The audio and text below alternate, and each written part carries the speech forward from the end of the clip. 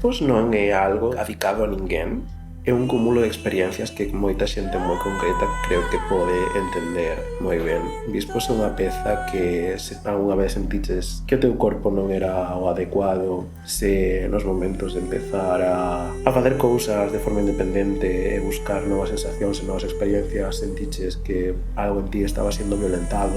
Unha curta tamén na súa forma retorcida que penso que habla de forma positiva ou como de forma resiliente de como afrontar eses momentos tensos e delicados, porque o mundo no que está ambientado, ainda que sexa un mundo roto con igrexas destruídas, ainda que sexa un mundo roto, está como posto dunha forma na que a súa beleza tamén pode resaltar en marcas os personaxes. É un pouco unha curta de, literalmente, grises, porque, bueno, na vida pois hai moitas cousas que son tonos de grises e penso que Bispos está dedicado a esas persoas que habitan neses tonos de grises.